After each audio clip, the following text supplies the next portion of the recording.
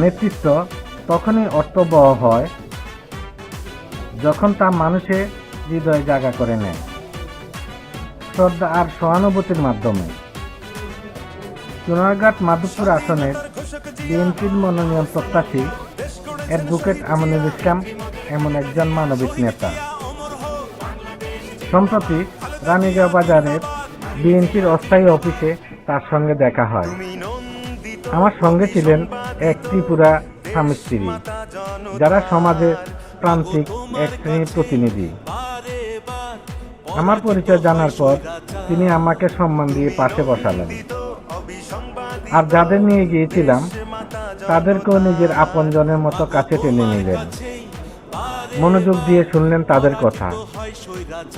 প্রান্তিক মানুষের দুঃখ কষ্ট শুনে সমাধানে আশ্বাস দেওয়া, এটাই তো একজন জননেতার পরিচয়।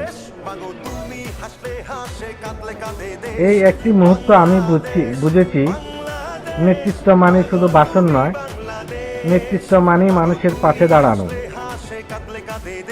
দলীয় মনোনয়ন পেলে আমরা আছি তার পাশে।